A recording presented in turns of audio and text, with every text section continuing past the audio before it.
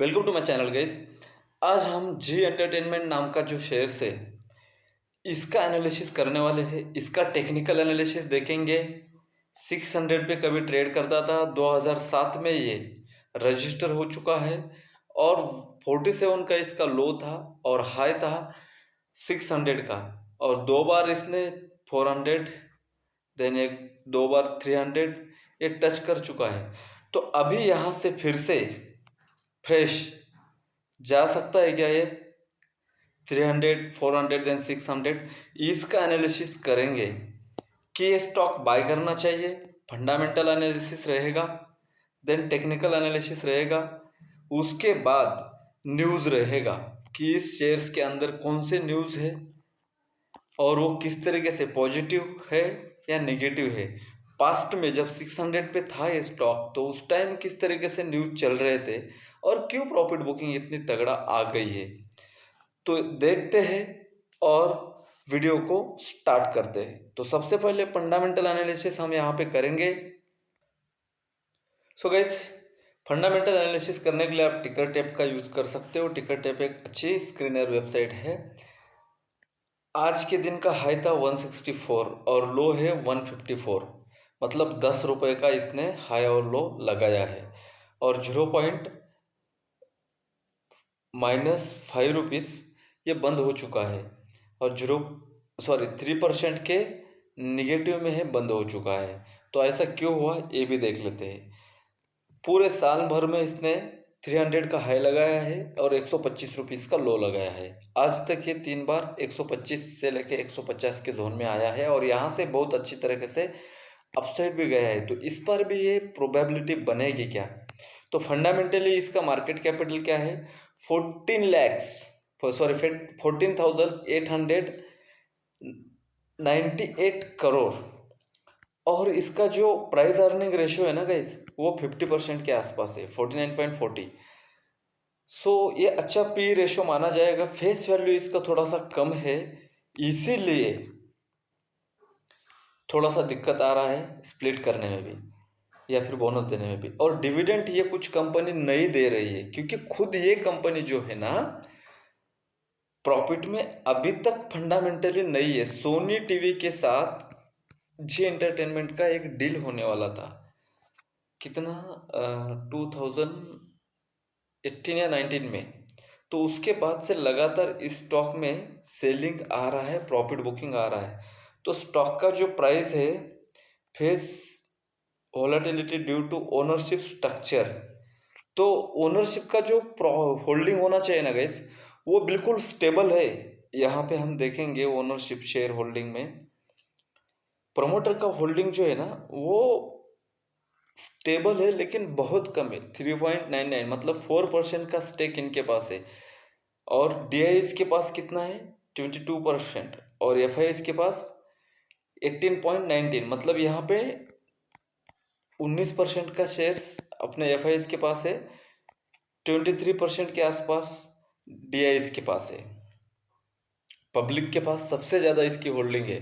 तो इस शेयर्स का जो प्रोमोटर होल्डिंग है ना वो थोड़ा सा कम है और क्वार्टरली रिजल्ट भी इसके अच्छे हैं। बैलेंस शीट में एक बार प्रॉफिट चेक कर लेते हैं, नेट प्रॉफिट। तो इनके पास बोरोइंग भी कुछ नहीं है, मतलब कुछ लोन भी नहीं लिया है, लेकिन इनका जो नेट बिजनेस जो आता है ना गाइज वो आएगा एड के थ्रू, राइट? एडवर्टाइजमेंट होगा तो ही आएगा। तो वो रिवेन्यू ग्रोथ थोड़ा सा इसका कम चल रहा है, रिवेन्यू ग्रोथ थोड़ा सा इसका कम चल रहा है। और ये स्टॉक कुछ डिविडेंड नहीं देता है, इसीलिए लोग यहाँ पे क्या कर रहे हैं, फोल्ड नहीं कर रहे। जो डिविडेंड दे रहा है रिकॉर्ड डेट वगैरह ज़्यादा कुछ नहीं देता है, 3 रुपीज़, 0.3%, 3.5 रुपीज़, 2.90, मतलब 3 रुपीज़ के आसपास, 2.5 रुपीज़, इस तरीके का ये डिविडेंड देता है। यहाँ पे अगर हम देखेंगे तो ये लास्ट डिविडेंड इन्होंने कब दिया था?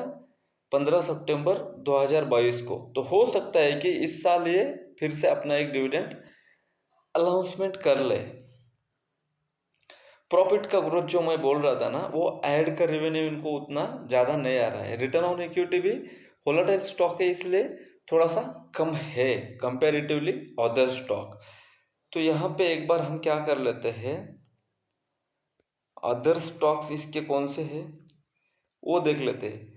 तो आप यहाँ पे अगर आप देखोगे ना गाइस, ये देखो, ये इन इसके कंपैरेटिव में सिर्फ सन टीवी जो नेटवर्क है ना, वही एक ज़्यादा प्राइस वाला है। और सबका पी रेशो जो है ना, जी एंटरटेनमेंट का 49% है, और टीवी 8 ब्रॉडकास्ट का जिसकी सिर्फ 43 रुपीज़ प्राइस है, इसका सबसे ज़्यादा है 43। तो दिस इज द नेगेटिव। तो इसका पे रेशो ठीक ठाक है कि कंपैरेटिवली जो हम स्टॉक देख रहे हैं। सो ये स्टॉक कौन से गए जो हम देख रहे हैं, ये सभी स्टॉक एंटरटेनमेंट सेक्टर में काम करते हैं, मीडिया सेक्टर के स्टॉक है। इसके कंपैरेटिवली में सन टीवी का एक प्राइस ज़्यादा है, देन जीटीपीएल हथवे, बस ये दो ही है। और 3 नंबर पे स्टॉक आता है।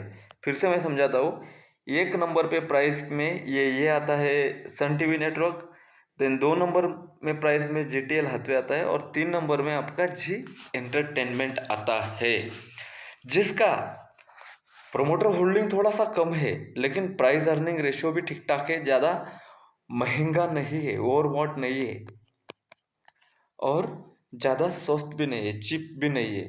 तो इस तरीके से हमें फंडामेंटली ये सब चीज़ें दिख रही है। तो अभी हम टेक्निकली देख लेते हैं। ये एक सपोर्ट जोन है guys, this is the demand zone. कब ऊपर जाएगा ये कोई नहीं बोल सकता, उसको टाइम प्रिडिक्शन बोलते हैं। जब कब ऊपर जाएगा बताओ सर। हाँ, ये ज़रूर बता सकते हैं हम कि धीरे धीरे ये स्विंग बना के 250 280 तक आराम से चला जाएगा। जो कोई भी ये स्टॉक बाय करना चाहता है, ये लेवल बिल्कुल सही है 155, जो 140 से लेके 155 ये लेवल बिल्कुल वैल्यू बाइंग है। क्या है गाइस? वैल्यू बाइंग है, value buying, because history will be repeated in technical analysis. So also here is history will be repeated, हो सकता है probability। और जो भी जितने भी इन्वेस्टर्स है, हमेशा गिरते मार्केट में बाय करने की बात करते हैं, और चढ़ते मार्केट में प्रॉफिट एंजॉय करने की बात करते हैं। तो ये परफेक्ट स्विंग यहाँ पे बना हुआ है, this is the perfect swing, this is the perfect swing, then this is the perfect swing. तो यहाँ से एक ट्रेंड लाइन आ रहा है।